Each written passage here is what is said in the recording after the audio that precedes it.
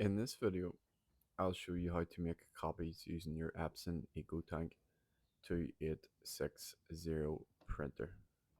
It's super simple, so let's just get right into it. Take the page that you want to copy, and then we're going to open up this lid at the top of the printer.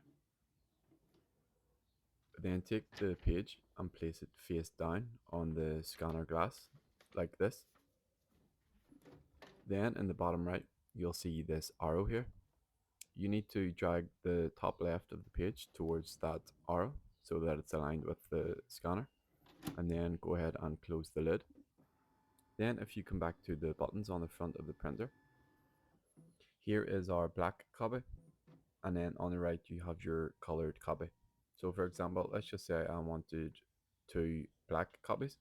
I would press this button twice. So let me just show you. 1, 2, and that's gonna print me 2 black copies. Obviously, if you wanted, let's just say 5 colored copies, you would press the color button 5 times. And so here we have my second black copy.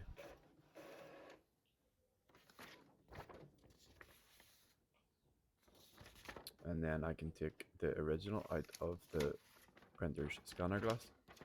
And here we are.